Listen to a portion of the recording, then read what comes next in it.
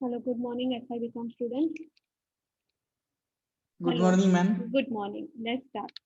So yesterday we were discussing about the Universal Declaration of Human Rights, UDHR. Now we will discuss about the preamble. What is preamble? प्रिएम्बलचा अर्थ काय आहे? Preamble म्हणजे हेतुपूर्वक कायदा काढणे. त्याला आपण म्हणतो preamble. The preamble of UDHR consists of the 7 paragraphs followed by the statement of proclamation of declaration. The preamble states that the reason for adoption of the declaration is stated as follows. तो preamble उसका मतलब होता है कि particular purpose के लिए जो कायदा निकाला गया है उसको हम preamble बोलते हैं. तो उसको 7 पैराग्राफ में बांटा गया है, उसको 7 पैराग्राफ में डिवाइड किया गया है कि ये डिक्लेरेशन क्यों निकाला गया, कि फॉर एग्जांपल पर्टिकुलर रीजन के लिए ये कायदा कानून निकाला गया. कि फॉर एग्जांपल हम बोलते कि RTI 2005, तो जिसको हम बोलते कि ये पर्टिकुलर कंज्यूमर के लिए निकाला गया है. या फॉर एग्जांपल हम बोलते कि जब औरतों पे या महिलाओं पे जब रेप होता है तो उसके लिए पर्टिकुलर कायदा निकाला गया है. या कहीं खून खराब होता है तो उसके लिए पर्टिकुलर कायदा निकल गया है. तो उसकी वजह से हम बोलते हैं उसको क्या बोलते हैं, प्रिएम्बल. पॉइंट समझा? प्रिएम्बल मतलब क्या, ये समझा? Do you understand? Yes, ma'am. Okay, आगे बढ़ते हैं. Whereas Yes, ma'am.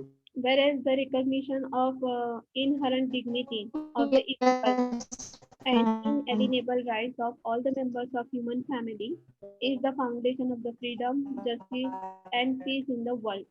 तो दुनिया में हम बोलते हैं कि सभी जगह पे और सब लोगों के लिए फ्रीडम होना चाहिए, जस्टिस होना चाहिए और पीस होना चाहिए. इसकी वजह से और ह्यूमन डिग्निटी, जो हमारी डिग्निटी है, वो उसको हम बोलते हैं कि it should be what we can say that it should be maintain, और not should be but it must be maintain. तो इसके लिए हमारे यहाँ पे हम बोलते हैं कि प्रिएम्बल ऑफ यूडीएचआर बनाया गया है. समझा? समझा? Yes, ma'am. हो आगे Yes. बढ़ते हैं. Yes, ma'am. Whereas the disregard and the contempt for human rights have resulted in the barbarous acts and which have outraged the conscience of the mankind and the advent of the world in the advent of the world in which human beings shall enjoy the freedom of speech, belief, freedom from fear and want has been proclaimed as the highest aspiration of the common people. तो यहाँ पे कुछ जैसे देखिए यहाँ पे शब्दों का अर्थ लिखा गया है. तो कंसायन्स मतलब क्या, तर त्याला आपण म्हणतो जाणीवपूर्वक, जे आपण म्हणतो की जाणीवपूर्वक तुमची विवेक बुद्धि, कि उसको हम क्या बोल सकते हैं कि आपको पता होना चाहिए या आपको एहसास होना चाहिए कि आप सही है. या हम बोलते हैं कि हम अपने कभी कभी ऐसा हो जाता है कि कभी कभी हम बहुत सही होते हैं फिर भी हम अपने आप को साबित नहीं कर पाते. समझ में आ रहा है मैं क्या बोल रही हूँ? हम सही होते हैं लेकिन हमारे पास हमें साबित करने के लिए उसके लिए क्या होना पड़ता है कि फॉर एग्जांपल उसके लिए टाइम देना पड़ता है.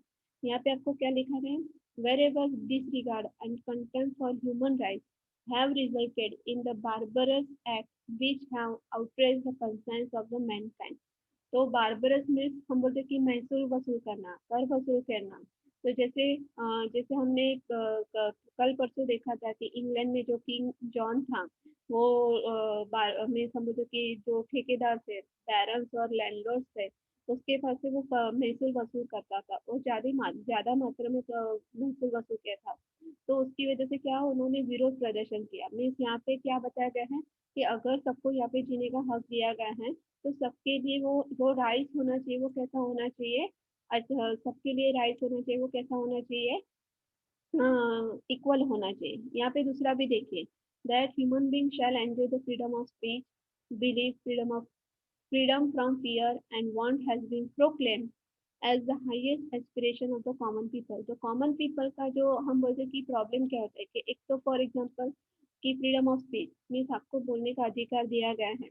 बोलने का अधिकार कहाँ पे दिया गया है कि जहाँ पे फॉर एग्जांपल हम बोलते हैं कि बोल तो सभी सकते हैं. पूरा लाइफ हम बोलते हैं कि बहुत कुछ बोलते हैं लेकिन जैसे हम and we when we talk about the spiritually कि कौन सा शब्द हमें कहाँ पे बोलना है वो हमको समझ में आ जाए तो हमारा लाइफ कैसा हो जाएगा, स्मूथ एंड इजी हो जाएगा. तो दूसरा वो freedom of speech, freedom of belief, कि आप किस पे भरोसा करते हैं. You don't believe in God, then what happened? You don't believe in yourself, then what happened? You will means you can't go ahead more and more. कि जैसे हम बोलते हैं कि अपने आप में भरोसा रखना, भगवान में भरोसा रखना, क्योंकि जैसे ये जो हम बोलते हैं कि दुनिया जो पूरा वर्ल्ड है उसको चलाने वाला सिर्फ भगवान है। उसके जैसे मैंने आपको कल भी बताया था, उसके बिना पत्ता भी नहीं आता, तो फिर उसको इग्नोर करके नहीं चलता है। दूसरा है आपने अपने आप में भरोसा रखना, अपने अपने सेल्फ कॉन्फिडेंस रखना। दूसरा है फ्रीडम फ्रॉम फियर, कि हर जो हम बोलते हैं कि निर्भय होना मीन्स हम जी जो छोटी छोटी बात में मीन्स हम बोलते हैं कि हमें डर लगता है, या फॉर एग्जांपल जैसे हम बोलते हैं कि कोई भी चीज करने के लिए हम ज्यादा for example it is the human nature, पर वो हम बोलते हैं ना कि उस डर को दिल से निकाल देना चाहिए। तो ये सब कॉमन पीपल के लिए यहाँ पे ह्यूमन राइट्स दिए गए हैं। समझा? Do you understand? Do you Yes, ma'am. Understand? Okay, आगे बढ़ते हैं। Whereas it is essential if man is not to be compelled to have resources at last resort, and the rebellion against tyranny and the oppression, that human rights should be protected by the rule of the law. तो यहाँ पे आपको क्या बताया गया है, मैं फिर से पढ़ती हूँ। Whereas it is essential if man is not to be compelled to have a resources as a last resort, rebellion against tyranny and oppression, the human rights should be protected by the law. कि कभी कभी ऐसा हो जाता है कि आप पे बहुत मीन्स हम बोलते कि इनजस्टिस हम बोलते कि उस जब हम फेस कर रहे होते हैं या सही होते भी हम अपने आप को सही नहीं प्रूव कर पाते, तो उसकी वजह से क्या होता है कि सबके लिए जैसे एक जैसे रूल्स बने तो सबके लिए न्याय मिलना भी वहाँ पे जरूरी है। तो वहाँ पे क्या बताया जा रहा है कि जो ह्यूमन राइट्स है उसके लिए फिर आपको you have to use that the law of the rule of the law means आपको कायदे का या कानून का आपको सपोर्ट लेना पड़ता है।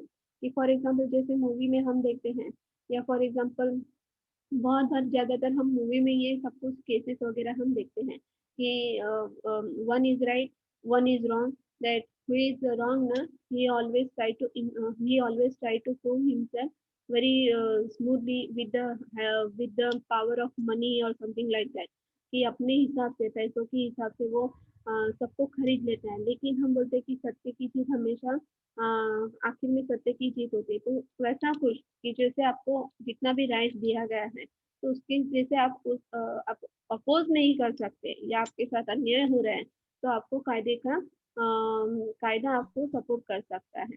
समझ में आ रहा है? समझ में आ रहा है? हाँ या ना? Yes, ma'am. Do you understand और नॉट? हाँ या ना? Yes, आगे पढ़ते हैं।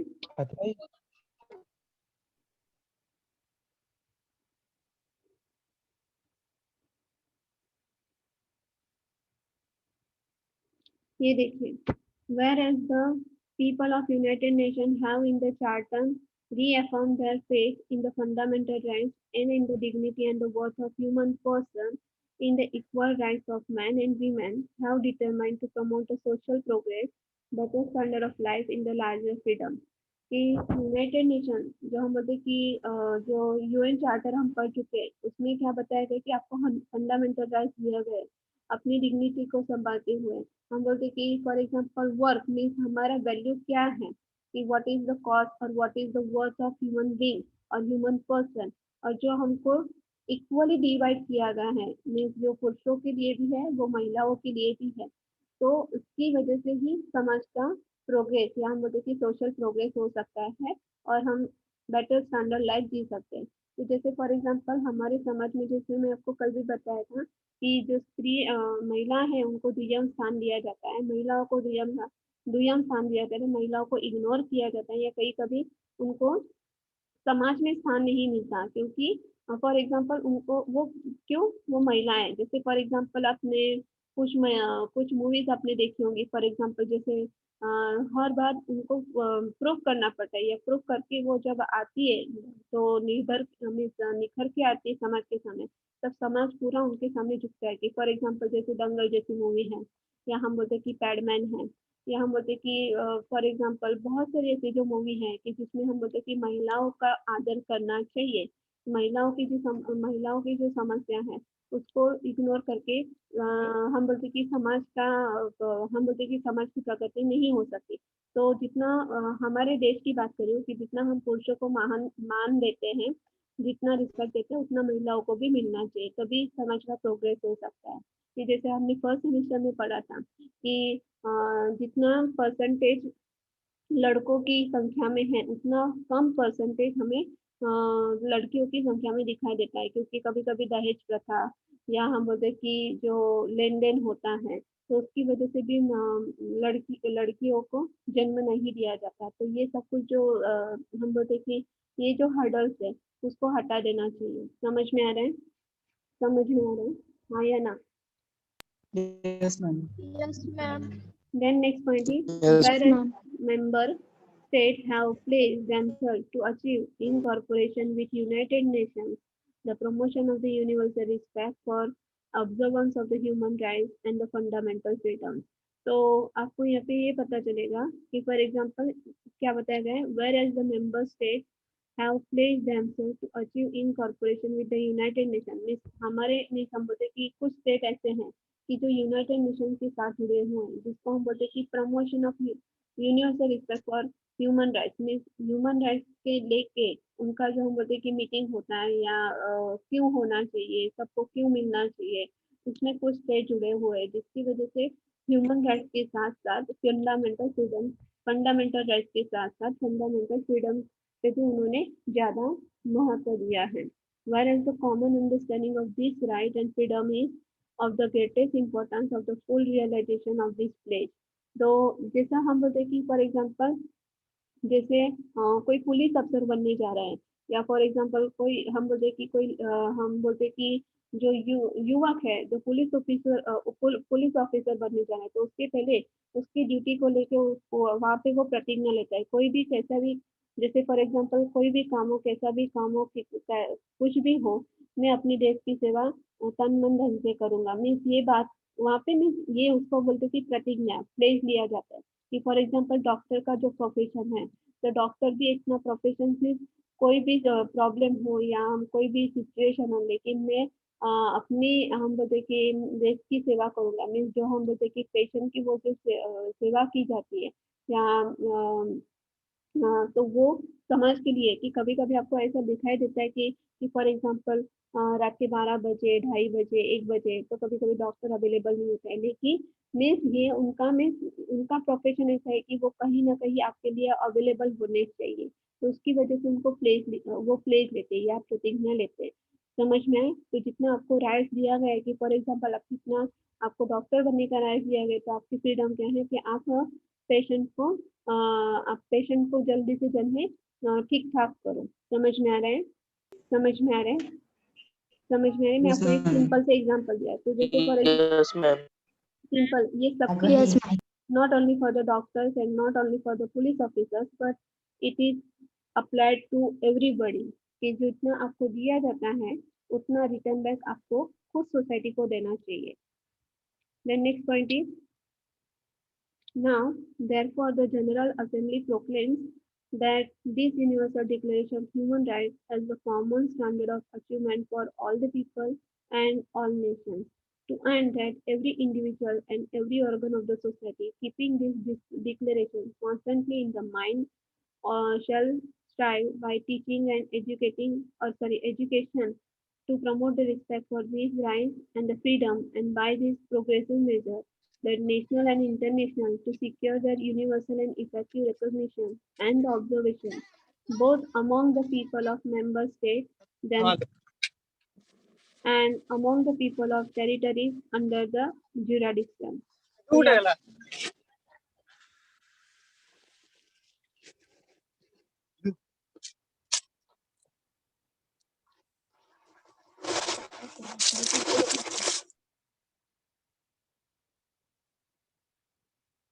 यहाँ पे क्या बताया कि जैसे जनरल असेंबली हम बोलते की मीटिंग होती है, कुछ स्टेट जुड़े हुए हैं या यूनाइटेड नेशन के साथ जुड़े हैं, जब इंटरनेशनल लेवल पे हम बोलते यूनिवर्सल डिक्लेरेशन ह्यूमन राइट्स का मीटिंग होता है, तो उसमें सभी लोगों के लिए क्या बताया गया कि पीस, हार्मनी और फ्रीडम, ये सब जस्टिस, ये चार जो पॉइंट्स है ये सब सबके साथ जुड़े हुए हैं।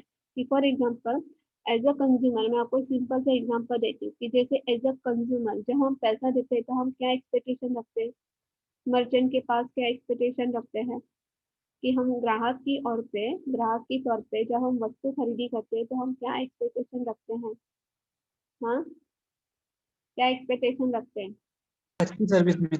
Good service, good quality, good quantity, am I right, good service, good quality, good yes quantity. Ma'am. Okay, जैसे फॉर एग्जांपल आपको सिंपल से एग्जांपल दिए थे दूसरा कि जैसे आप तेल का डब्बा खरीदते हैं, ओके, जो हम बोलते हैं कि 5 लीटर का तेल का डब्बा खरीदते हैं, लेकिन आप जब नापने जाए उसको तो सही में उसमें 5 लीटर होता है, सही में उसमें 5 लीटर होता है, कभी आप देखिए होता नो है, मैम। नहीं थोड़ा सा कम होता है। तो इट इज से दैट आप पैसा दे रहे हो तो आपको कैसा मिलना चाहिए, चीज कैसा मिलना चाहिए, अच्छा मिलना चाहिए, आपको कैसा मिलना चाहिए, अच्छा मिलना चाहिए।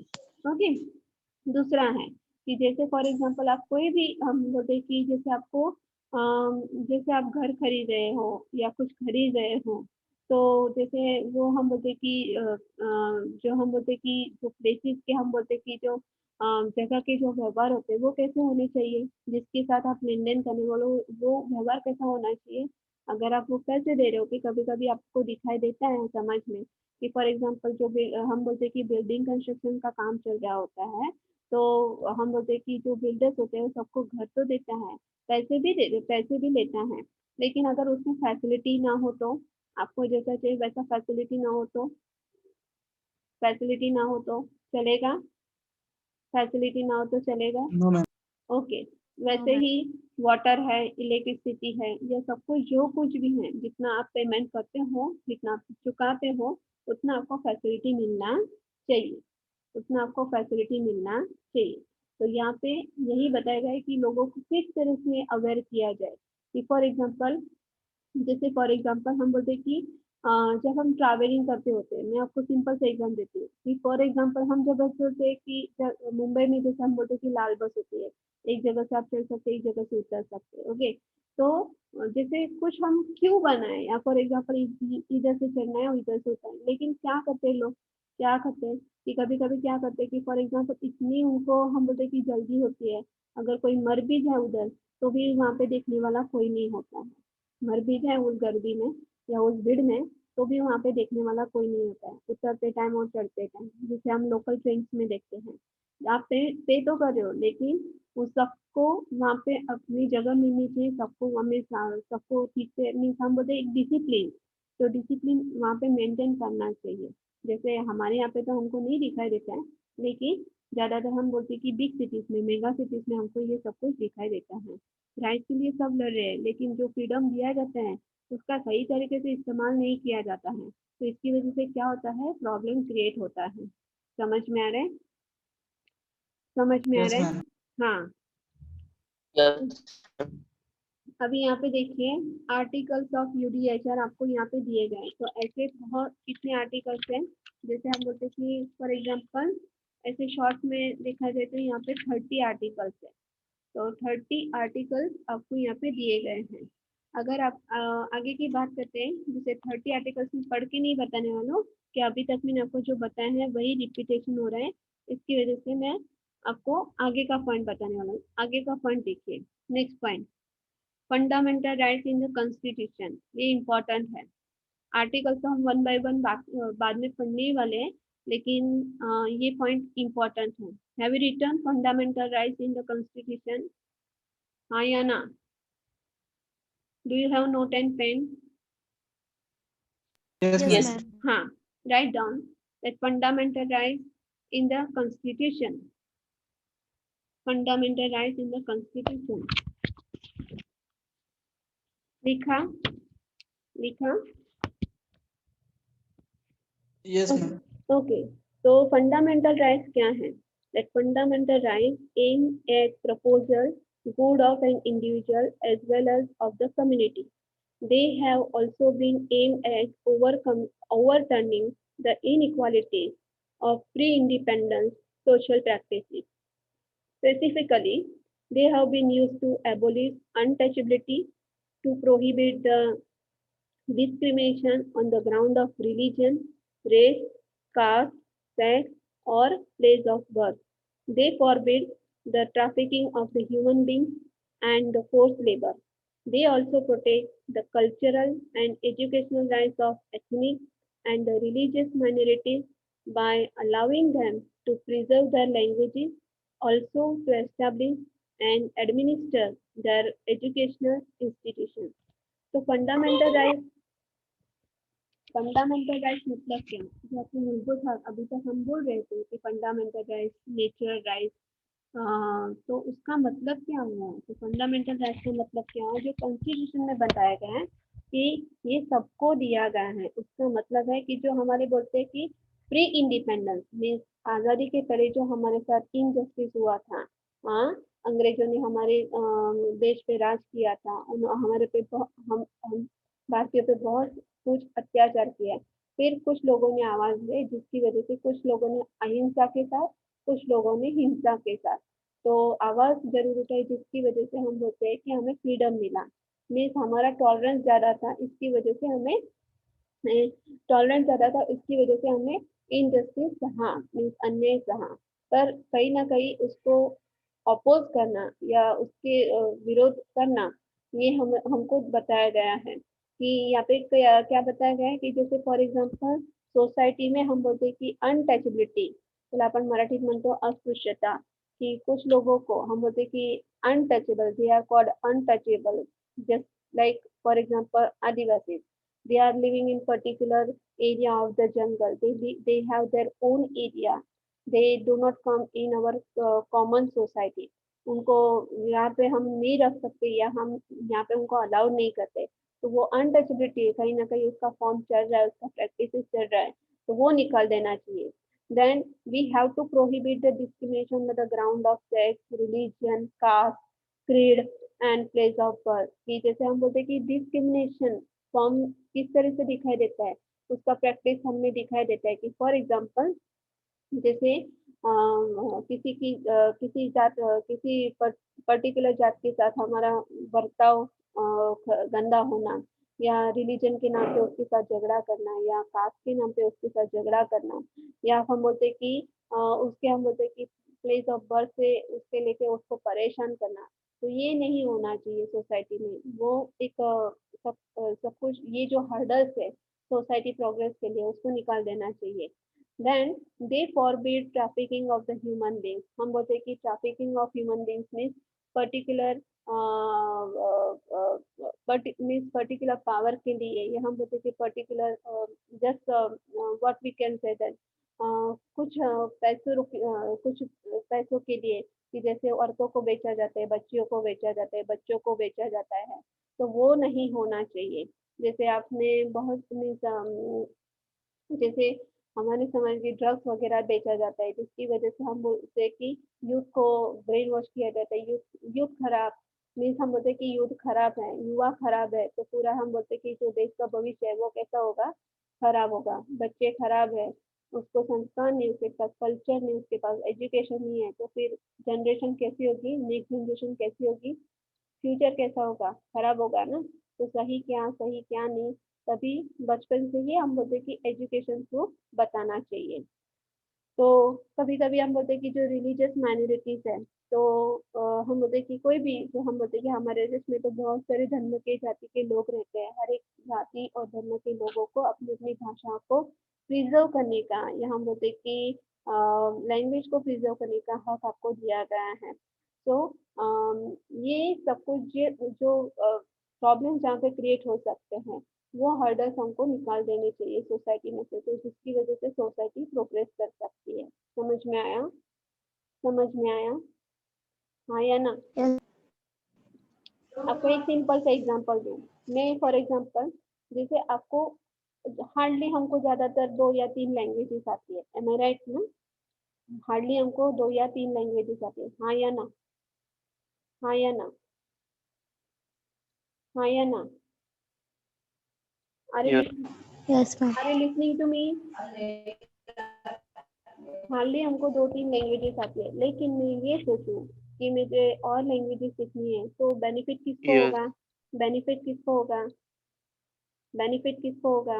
मुझे ही होगा। ओके, फॉर एग्जाम्पल मैं ऐसा चाहूँ कि मुझे उर्दू सीखना है, पर कुछ लोग ऐसा है, उर्दू सीख के क्या करेगी या उर्दू सीख के क्या करेगी, उर्दू सीख लेगी कि बाद में क्या होगा? नहीं, एक फायदा जरूर होगा कि जापानी सीखे या चाइनीज सीखे या साउथ इंडियन लैंग्वेज सीख के क्या करोगे तुम लोग?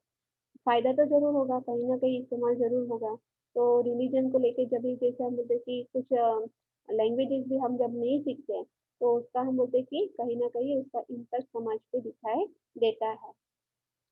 This is the simple, if you know more languages you are more beneficial. whenever you go in the state, whenever you go in the country, if you know more languages you are beneficial। समझ में आ रहा है? समझ में आ रहा है? हाँ या ना? हाँ या ना? Yes, ma'am. हाँ। ओके, आगे देखते हैं। The fundamental rights in India Yes, ma'am.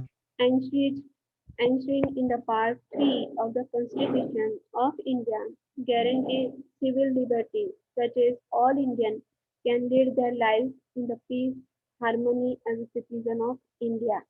तो जो भारतीय संविधान है, तो वो सबसे बड़ा संविधान है। इसमें ये जो फंडामेंटल राइट है, पार्ट 3 में उसको इंक्लूड किया गया है। और उसका जो उद्देश्य है, उसका जो हेतु है कि सब जो हम बोलते कि नागरिक है, भारतीय नागरिक है, तो उनको शांति से और यूनिटी के साथ, हम बोलते कि एकता के साथ रहने का हक दिया गया है।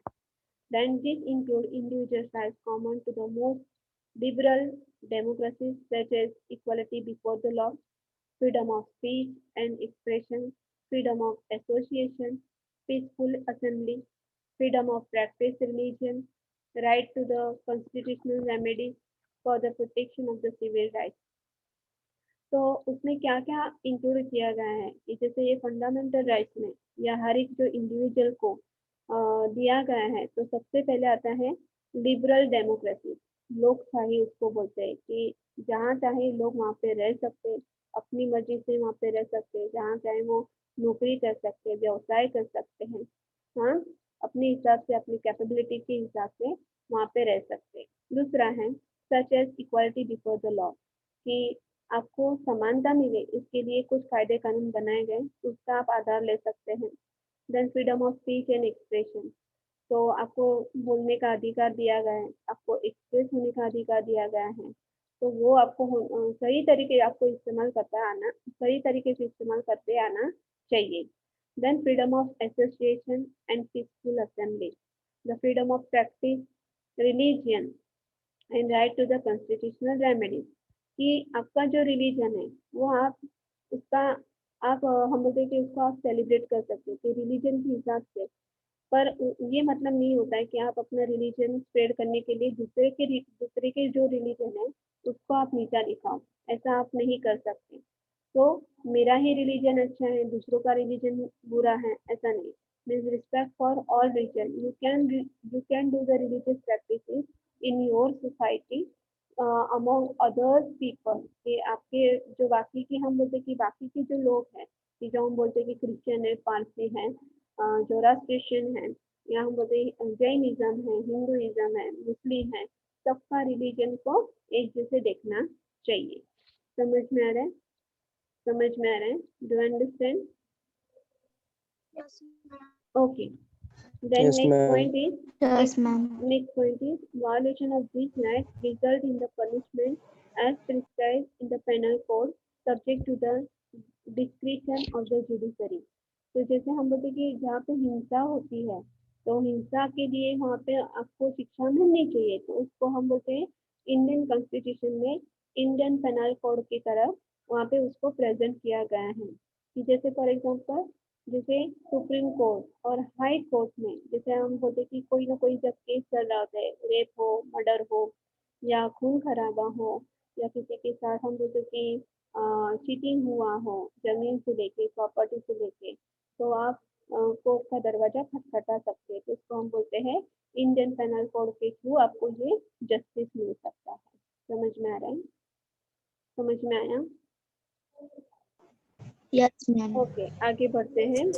The fundamental rights are defined as a basic human freedom which every Indian citizen has a right to enjoy the proper and harmonious development of the personality।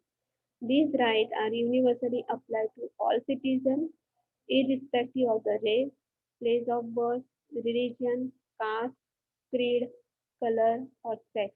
तो ये पॉइंट बारी बारी यहाँ पे रिपीट होता है क्योंकि यही फंडामेंटल राइट के लिए ये सबसे बड़ा एम यही है कि आपको क्या बताया गया है कि जो हम बोलते कि जो इंडियन सिटीजन्स हैं या हमारी हम बोलते कि डेवलपमेंट ऑफ पर्सनालिटी या डेवलपमेंट ऑफ द सोसाइटी, तो उसके लिए हम बोलते कि रेस को लेके, रेस में हम बोलते कि कास्ट को लेके या प्लेस ऑफ बर्थ को लेके, रिलीजन को लेके, कलर को लेके या क्रीड को लेके जितना भी सोसाइटी में डिस्क्रिमिनेशन होता है वो कहीं ना कहीं उसका हम बोलते कि प्रोहिबिशन, उसको थाम देना चाहिए। अदरवाइज क्या होगा, society we have to bear, so sorry, the next generation have to bear the so much problems in the future. The rights have their origin in many sources, including England's Bill of the Rights, United States of Bill of Rights, and the France Declaration of Rights of Man.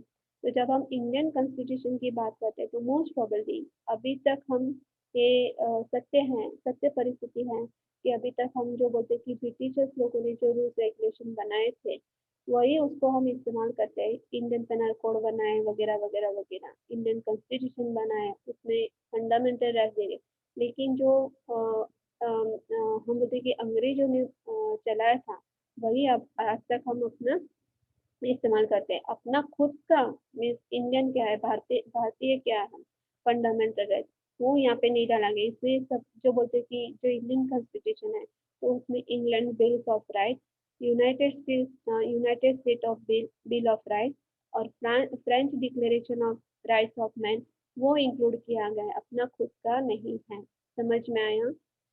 समझ में आया? Do you understand?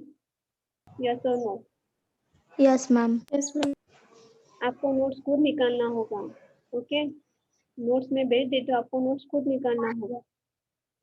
The next point is when India obtained independence on the 15 August 1947, the task of developing constitution for nation was undertaken by the Constituent Assembly of India and composing of elected representative under the presidency of Rajendra Prasad. तो जैसे हम India को जब आज़ादी मिली, भारत को जब 15 अगस्त को 1947 में जब आज़ादी मिली तो हम बोलते कि इंडियन कॉन्स्टिट्यूशन का या हम बोलते कि पूरे हम बोलते देश का जो संविधान है उसको फ्रेमवर्क करने का काम या उसको बनाने का काम उस टाइम के जो हम प्रेसिडेंट थे राजेंद्र प्रसाद उनके हाथ में था। While members of the Congress composed the large majority, the Congress leaders appointed the person from the diverse political background to responsibility of developing constitution and national law. उस टाइम भी भाजपा कांग्रेस ये पार्टियों में दिखाई देती थी। तो उस टाइम कांग्रेस ने क्या किया था, तो कांग्रेस ने एक लार्ज मेजोरिटी था वो उन्होंने बनाया था और जो लार्ज मेजोरिटी था उसमें जो इंडिविजुअल्स थे या जो लोग थे वो दे बिलोंग टू द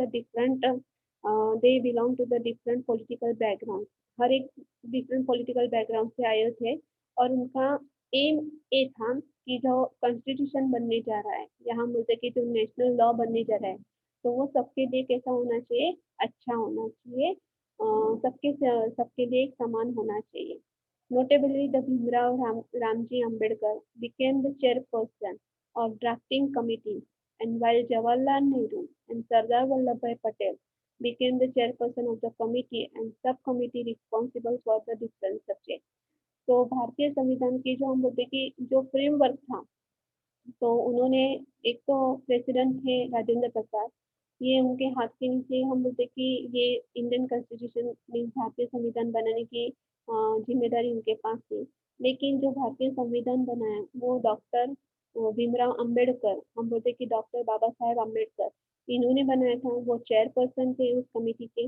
उनके साथ दो और व्यक्ति थे जिसका नाम जुड़ा हुआ है कि फॉर एग्जाम्पल जवाहरलाल नेहरू और सरदार वल्लभ भाई पटेल जो उस कमेटी के चेयरपर्सन, सब कमेटी के भी चेयरपर्सन थे, जो तीनों ने मिलके ये हम बोलते कि इंडियन कॉन्स्टिट्यूशन को रेडी किया था। समझ में आ रहा है? ये बात आपको याद Yes, रखनी ma'am. है, ये बात आपको याद रखनी है, और स्क्रिप्ट में अगर लिखना है तो इस तरह से ही लिखना है। Then next point is a notable development of the during that period having significant effect on the Indian Constitution took place on 10 December 1948 when United Nations General Assembly adopted the Universal Declaration of Human Rights and called upon all the member states to adopt these rights in their respective constitution. तो 15 अगस्त जब हम बोलते 15 अगस्त 1947 में जब आज़ादी मिली, उसके बाद हम भारतीय संविधान बनने में बहुत सारे लोगों मीन्स पर्टिकुलर हम बोलते कि जो चेयरपर्सन थे डॉक्टर बाबा साहेब अम्बेडकर, उन्होंने बनाया था, लेकिन उनके साथ जुड़ने वाले जवाहरलाल नेहरू और सरदार वल्लभ भाई पटेल थे। उसके बाद हम बोलते कि जब हम फंडामेंटल राइट्स की जो अभी बात करें, मूलभूत हक की बात करें, उसको कॉन्स्टिट्यूशन में कब उसमें इंक्लूड किया गया? 1948 को 1 फरवरी में उसको इंक्लूड किया गया है।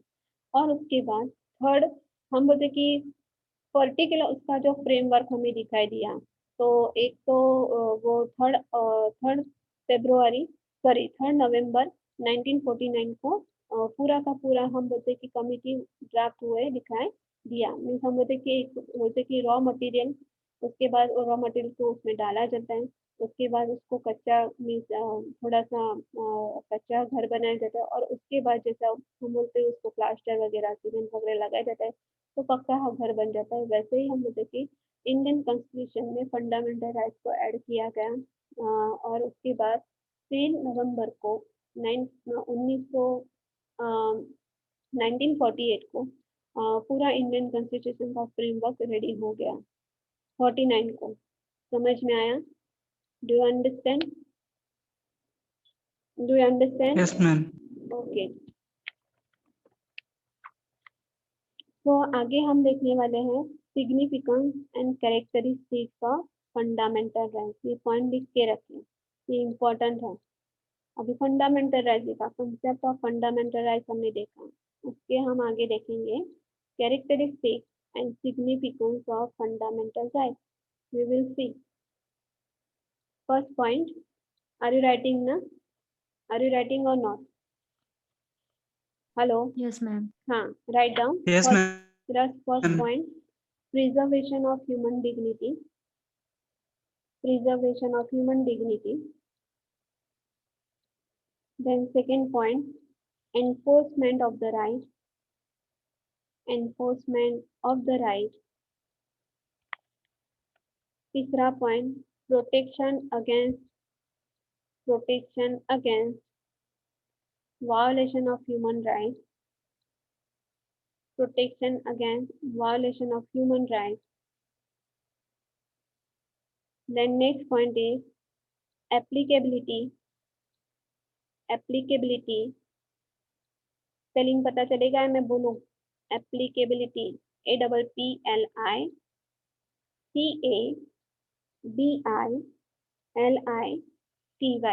applicability.